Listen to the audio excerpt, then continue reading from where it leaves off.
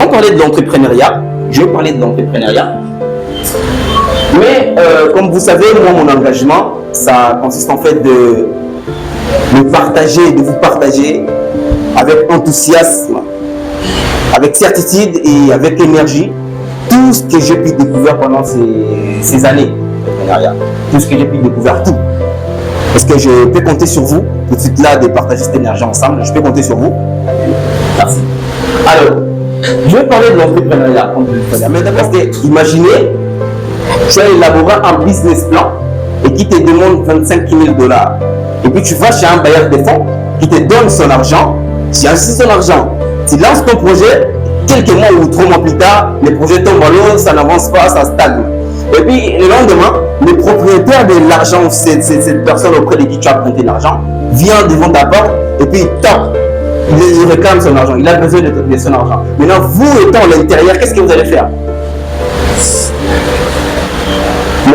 Moi, je pense qu'il y a 2 solutions.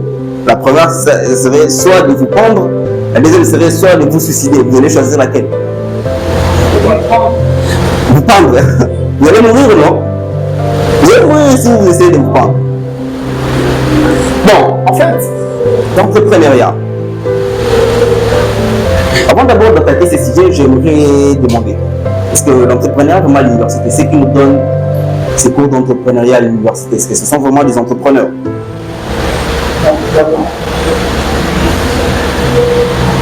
Je ne sais pas.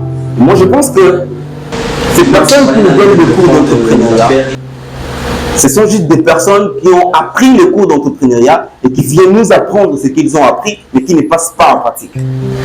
Mais l'entrepreneuriat, ce n'est pas comme ça. L'entrepreneuriat, ce n'est pas des mots. L'entrepreneuriat, ce sont des faits, des actions. Tu n'es pas entrepreneur parce que tu as un diplôme en graduat, licence, tout ça en entrepreneur, que tu es entrepreneur. Non. Tu es entrepreneur parce que tu pratiques. L'entrepreneuriat, c'est exactement les contraires. Tu devais passer à l'action. L'entrepreneuriat, ce n'est pas des théories. L'entrepreneuriat, ce n'est pas des mots. L'entrepreneuriat, c'est de la pratique.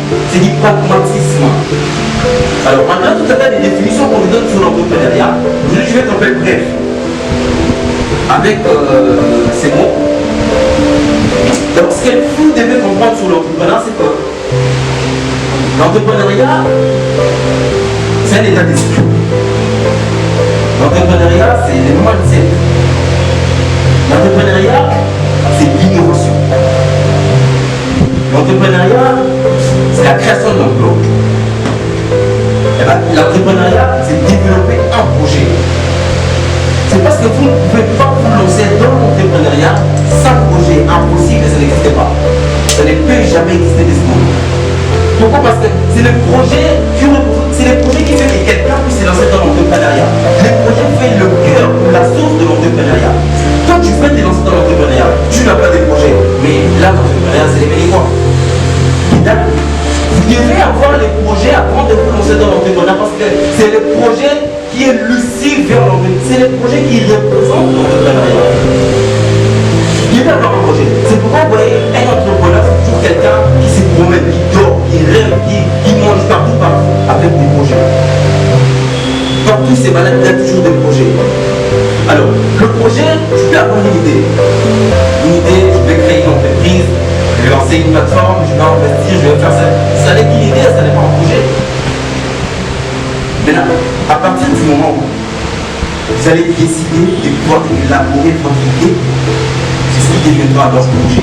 Parce qu'un projet a un début et a une fin. L'idée, tu peux penser à n'importe quand, à n'importe comment tu veux. Mais là, tu planifies. Partout, ces malades, il y a toujours des projets. Alors, le projet, tu peux avoir une idée. Une idée, je vais créer une entreprise, je vais lancer une plateforme, je vais investir, je vais faire ça. Ça n'est qu'une idée, ça n'est pas un projet. Maintenant, à partir du moment où vous allez décider de pouvoir élaborer votre idée, c'est ce qui deviendra leur projet. Parce qu'un projet a un début et a une fin. L'idée, tu peux penser à n'importe quand, n'importe comment tu veux. tu planifies. Parce qu'un projet, c'est en fait cette image d'une situation ou d'un état que l'on se propose d'atteindre. Ou cet objectif que l'on se propose de réaliser. C'est ça un projet. Maintenant, ce que vous devez comprendre sur l'entrepreneuriat, il existe 3 types de leaders. Ça veut dire que dans le projet similaire, c'est en fait du copier-coller. Tu regardes ce qu'a fait l'autre personne, tu adaptes la même procédure, le même processus, tu prends ça, tu vas copier ça, tu coller ça dans ton projet, boum, ça marche. Ça veut dire quoi? Ça veut dire que je regarde comment le monsieur Sagadé organise ses conférences, je regarde comment il planifie tout consort, tu prends ça, et puis tu mets ça aussi dans ton projet, bam, tu passes à un cap. Tu regardes comment l'autre là a ouvert un salon de coiffure, un supermarché, une supermarché, en fait, peu importe. Tu regardes juste comment il a fait, comment il progresse, comment il déroule le fonctionnement de son entreprise. Je vais prendre ça et puis tu vas mettre ça dans ton activité, boum, ça marche. Ici, ça ne nécessite pas trop d'efforts. Ici, ce n'est pas la création. Alors, le projet amélioratif, c'est en fait ce type de projet qui permettent d'améliorer le fonctionnement d'une activité ou d'une entreprise. Encore. On imagine, je vous donne un exemple. Tu vas dans une entreprise, tu trouves qu'on paye les salariés en numéraire, en espèces. Tu vas, donc le 30, tous les employés devaient se réunir sur la même place et puis on commence à les payer en espèces comme ça. Donc toi, tu viens avec ton projet, mais c'est quoi ça? Ça, ce sont des systèmes archaïques. Aujourd'hui, avec la vitesse de la technologie, on paye des gens grâce à leur téléphone mobile. C'est-à-dire que chaque le 30, chez lui déjà, il reçoit l'argent. Donc, sans faire un mouvement, il a déjà son argent. Il ne va plus se lever, chercher les transports, à se rendre dans l'entreprise, faire la queue et attendre son tour pour qu'on lui paye. Aujourd'hui, ça n'existe plus. Ça n'existe plus. C'est la technologie.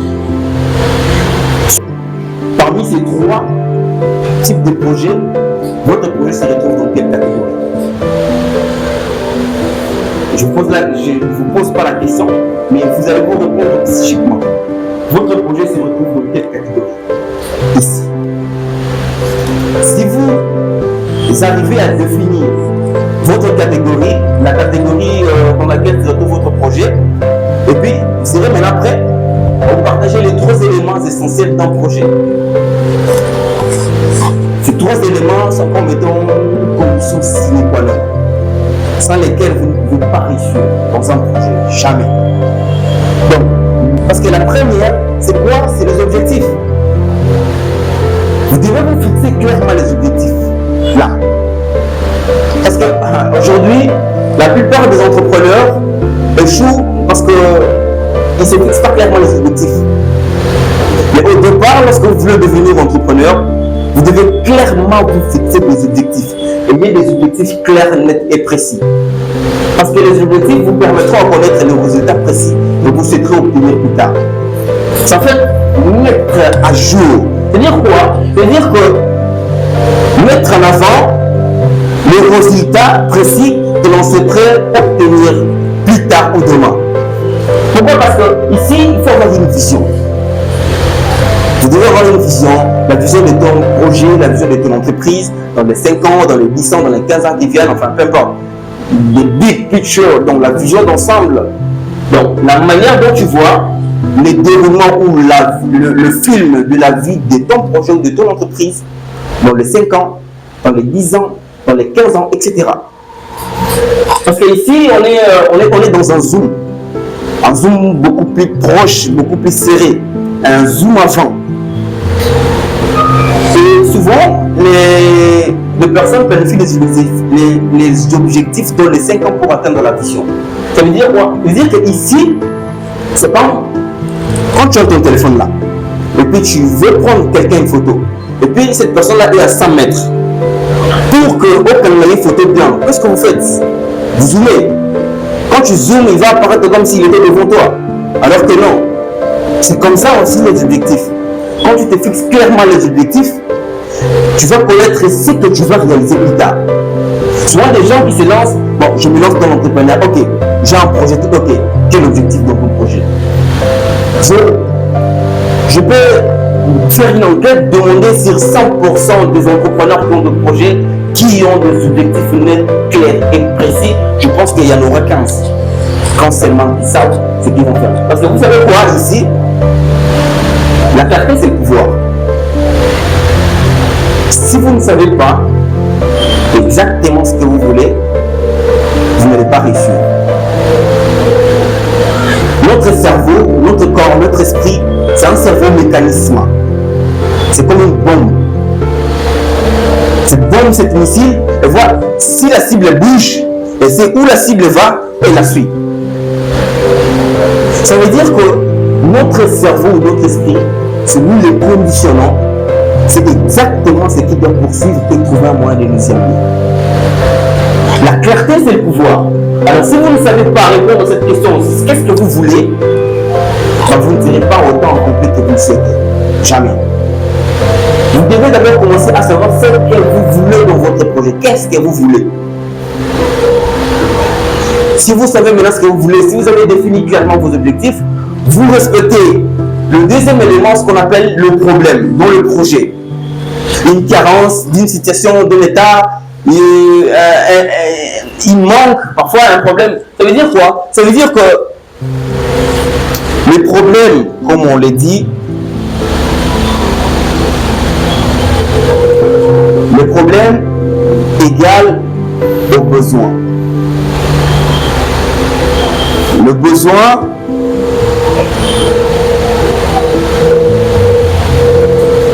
égale à la demande.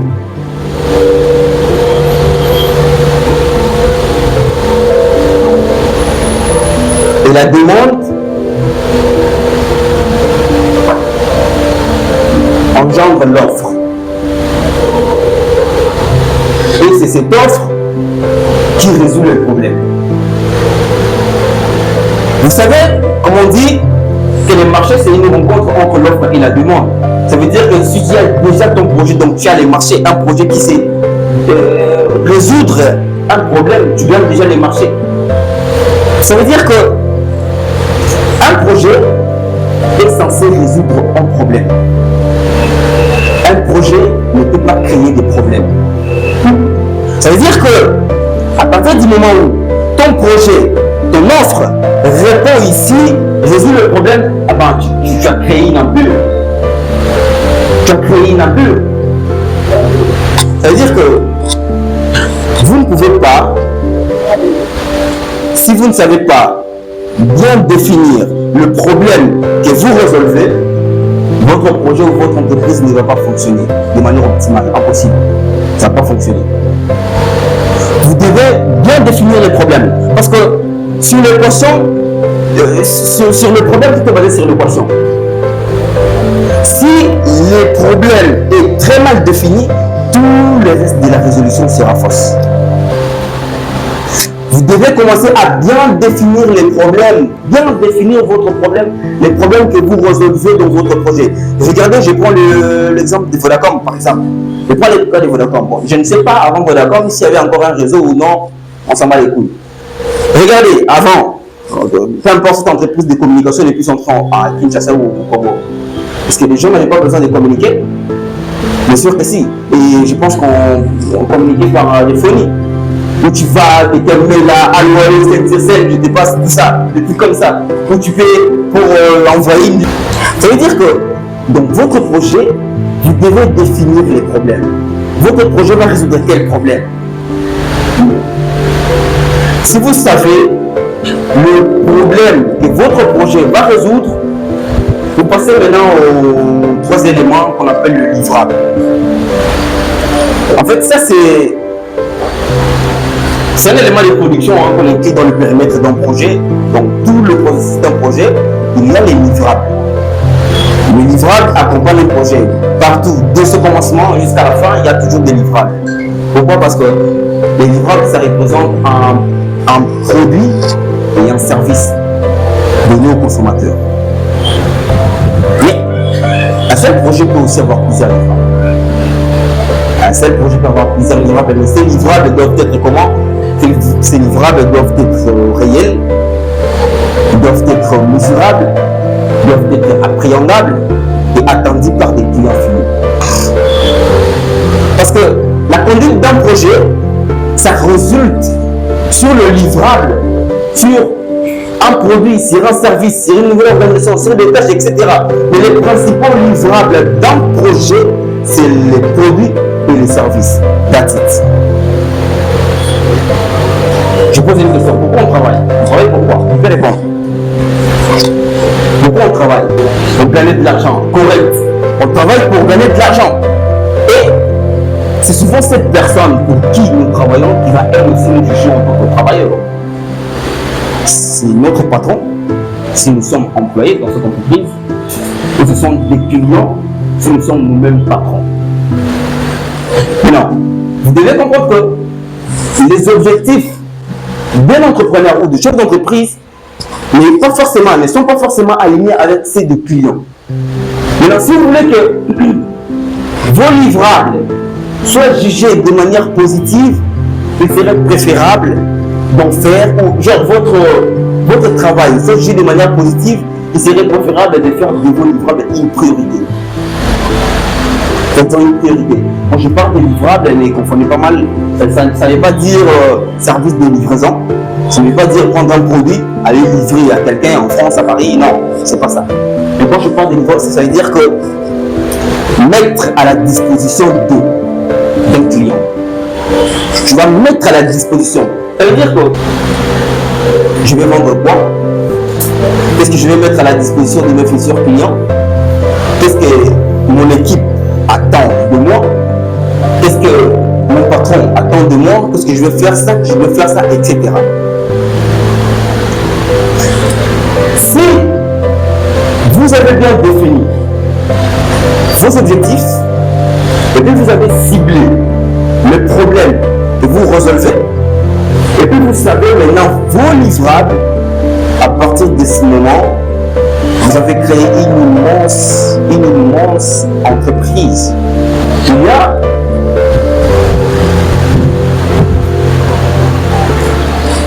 ça, c'est un immense travail que j'ai fait. Ça m'a pris des jours, des semaines, pas des jours. Il y en a 6. Il y a 6, mais nous l'avons appelé un niveau. Et le premier, c'est ce qu'on appelle l'identification. Ça veut dire que là, le projet n'est pas encore lancé, vous cherchez l'idée. Est-ce que je dois lancer ça ou je ne vais pas lancer ça? Parce que l'identification, ça permet évidemment à identifier ou à définir le problème que le projet se propose de résoudre, les obstacles que vous allez éventuellement rencontrer sur le terrain ou dans le marché, les bénéficiaires et les parties prenantes. À partir de ce moment-là, vous ne devez pas hésiter à descendre sur le terrain et lancer une enquête, mener une enquête entre le bénéficiaire et les parties prenantes. Vous devez leur poser des questions. Je suis venu dans votre secteur. J'ai besoin de vendre des avions. Je viens à Kinshasa, à Gombe ou à Lingwala. J'ai besoin de commencer à vendre des avions. Est-ce que vous serez prêt à acheter des avions ici? Menez des enquêtes. Si les gens te disent non, ils ne seront pas prêts, ça ne va pas marcher, personne ne va acheter vos avions ici, ne le faites pas. Ne le faites pas. Parce que lorsque vous avez toutes ces informations nécessaires, c'est-à-dire l'information donnée par l'un, donnée par l'autre, donnée par celui-là, vous prenez toutes ces informations-là et puis vous les regroupez sur un même document qui s'appelle le cadre logique. Parce que ce document-là va présenter la nature du problème, le choix de priorité des projets, c'est-à-dire pourquoi dois-je lancer ces projets et pas celui-là. Et quand vous savez maintenant, vous avez mené vos enquêtes, vous avez des informations importantes qu'il vous fallait, vous passez maintenant au niveau 2 qui est la conception. Dans la conception, ça permet à bien définir les objectifs, le résultat attendu du projet, les activités à envisager et le calendrier de commencement. Ça veut dire que ici, pour que vous puissiez voir si votre projet est réalisable ou pas, vous devez vous poser un certain nombre de questions. Est-ce que mon projet est réalisable? Est-ce que mon projet est faisable? Est-ce que mon projet peut engendrer un impact dans le bénéficiaire, les parties prenantes, etc. Je vais rentrer là-dessus. Et puis le niveau 3, c'est la validation. Ici, avez un choix. C'est-à-dire que je valide ce projet et je me lance. Je veux me lancer dans les conférences, je me lance. Je veux me lancer dans la programmation, je me lance. La comptabilité, je me lance parce que j'ai mené des enquêtes et j'ai eu des résultats positifs. Ici, ça permet de vérifier la faisabilité économique et sociale du projet, en passant par la faisabilité technique. Vous demandez est-ce que mon projet est réalisable techniquement? Est-ce que mon projet est réalisable financièrement? Est-ce que le projet, il y a le socio-économique de vous poser? Parce que ici, ça nous permet en fait à faire l'analyse de l'environnement. L'analyse de l'environnement par la méthode Pestel. Les entrepreneurs qui sont ici connaissent. Vous analysez votre environnement par la méthode Pestel en sachant, en connaissant la politique du secteur là ou de cet environnement-là, l'économie, le socio-économique, la technologie, tout consort, la légalité, tout, les lois. Vous connaissez de ces projets parce que vous ne pouvez pas lancer un projet parce que, par exemple, je suis ici à Kin et puis je vais à Brazzaville. Et puis je vais commencer à vendre quelque chose, mais sans pour autant solliciter les autorités. Ça ne marche pas. Et souvent, ça engendre de grandes conséquences. Vous devez commencer à vérifier est-ce que mon projet se fixe dans les cadres constitutionnels. Est-ce qu'il valide mon projet? Est-ce que je peux le lancer ou je ne peux pas le lancer? C'est à partir d'ici la loi. Savoir les lois, par exemple, je vais ici à qui je vais vendre, genre en France ou à qui je vends des drogues, est-ce qu'on va prouver ça? On ne va pas prouver ça. Lorsque vous savez maintenant, vous avez fait l'analyse, vous passez maintenant au niveau 4 qui est la formulation. Ici, en fait, vous devez mettre en forme le projet et les budgets qui va avec. Le financier, c'est dire est-ce que vous allez trouver un potentiel financier? Est-ce que vous allez vous autofinancer? Est-ce que vous allez trouver un bailleur de fonds? Ou vous allez emprunter l'argent, vous allez trouver des investisseurs, peu importe. Donc, on estime que ici, dans la formulation, comme le scientifique l'ont prouvé, il faut au moins rassembler 75% de financement pour lancer son projet. Et une fois ces 75% trouvés, eh ben, maintenant vous pouvez lancer votre projet. Ici, le projet est déjà en marche. Passons au niveau 5, qui est le suivi. C'est en fait à peu près pareil avec le suivi et l'évaluation. C'est un peu pareil, mais ce n'est pas forcément la même chose. Vous allez vérifier dans le suivi, dans le présent. C'est votre projet. Ça veut dire que lorsque je me lance dans l'immobilier, eh ben, il faut qu'on crée des apparts. Il y a des chantiers. Il y a des gens qui y travaillent. Je dois descendre du jour au lendemain pour faire le suivi. Est-ce que des gens à qui j'ai dit de faire ça, est-ce qu'ils le font? Est-ce qu'ils ne le font pas? Est-ce que cette chose qui était censée mettre là-bas, est-ce que ça a été fait ou ça n'est pas fait? Est-ce qu'ils suivent mes ordres? Donc vous faites le suivi de tout ce que vous faites. Vous faites le suivi de votre projet. Est-ce que ça avance comme vous le souhaitez? Ou il y a un truc qui manque, ou il n'y en a pas qui manque. Lorsque vous faites le suivi, vous passez maintenant au niveau 4 qui est l'évaluation, le dernier. Ici, vous évaluez. C'est-à-dire que est-ce que mon projet a été réalisable conformément aux objectifs fixés au départ? Par exemple, on a créé un immeuble, un appart. Je faisais le suivi lorsque c'était encore en processus. Et quand c'est fini, on doit faire l'évaluation. Comme on me l'a donné en maquette. Par exemple, une application, je prends l'exemple d'une application. J'ai donné une maquette et puis pour me créer une application de ce genre. Et puis, pendant le processus, tu fais le suivi. Est-ce qu'il fait ça, il fait ça, il fait ça, il fait ça? Quand c'est fini, je vais maintenant voir, vérifier. Est-ce que cette application est créée conformément comme je le voulais au départ? Est-ce que cet appartement a été créé comme je le voulais? C'est ici l'évaluation. Vous devez évaluer conformément aux objectifs que vous êtes fixés au départ, au commencement. Et lorsque vous savez ça, vous pourriez maintenant initier un tout nouveau projet. C'est pourquoi on l'appelle un cycle d'un projet. Parce que c'est un mouvement perpétuel vers toujours plus de maîtrise et d'innovation. Quand vous faites ça, je vous jure, vous allez bâtir une empire. Quand vous faites ça, vous êtes appelé des grands chefs d'entreprise. Quand vous faites ça, vous êtes des futurs Jeff Bezos. Vous êtes des futurs McDonald's. Parce que quand comme l'a dit Nicolas Sarkozy, le rôle ou le travail d'un chef d'entreprise, ce n'est pas un travail facile. Il s'agit de conduire une communauté de femmes et d'hommes autour d'un projet économique pour faire des bénéfices, pour créer de l'emploi, pour gagner de l'argent et pour monter à la hiérarchie de la société en s'assurant que nos enfants auront une place meilleure que celle que nous avons ou qu'avaient nos parents. Acclamez pour vous-même parce que vous êtes des futurs McDonald's. Faites-moi un max de bruit.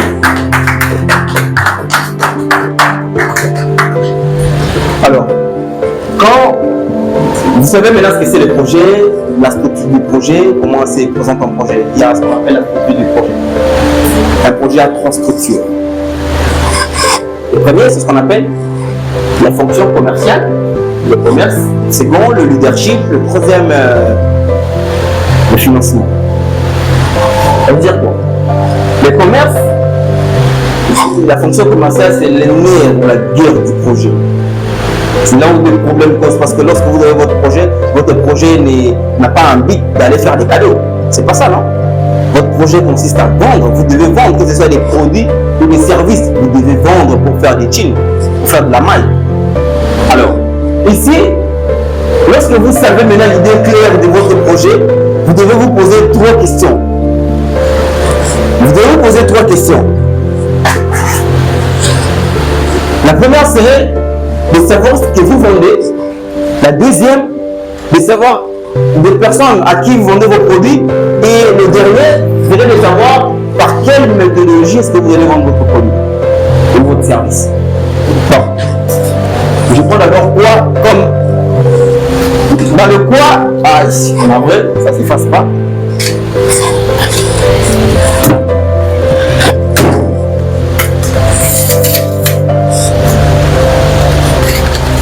Alors, je prends d'abord quoi. Il y a quoi comme produit et service. Parce que vous pourriez, avec votre projet, ça peut soit vous allez vendre le produit, soit vous allez vendre des services. Comme vous cette année, c'est pour vendre des services. Alors, je prends d'abord quoi comme produit. Ici, vous devez vous démarquer. Ici, vous devez faire la différence. Votre produit doit faire la différence avec les autres concurrents. Parce que vous savez quoi? Lorsque vous vous lancez dans quoi que ce soit, et qu'il existe déjà un marché, et que vous faites face à des grands concurrents bien accrus, eh bien, votre produit doit être bien meilleur que le leur. Pourquoi? Parce qu'un client va se demander pourquoi je vais acheter ce produit et pas celui-là. Pourquoi je vais acheter cette montre et pas celui-là, celle-là. Pourquoi je vais acheter cette caméra et pas celle-là. Cette veste et pas celle-là. C'est à partir de là. Vous devez vous demander. Ici, vous marquez, vous faites la différence. Parce qu'aujourd'hui,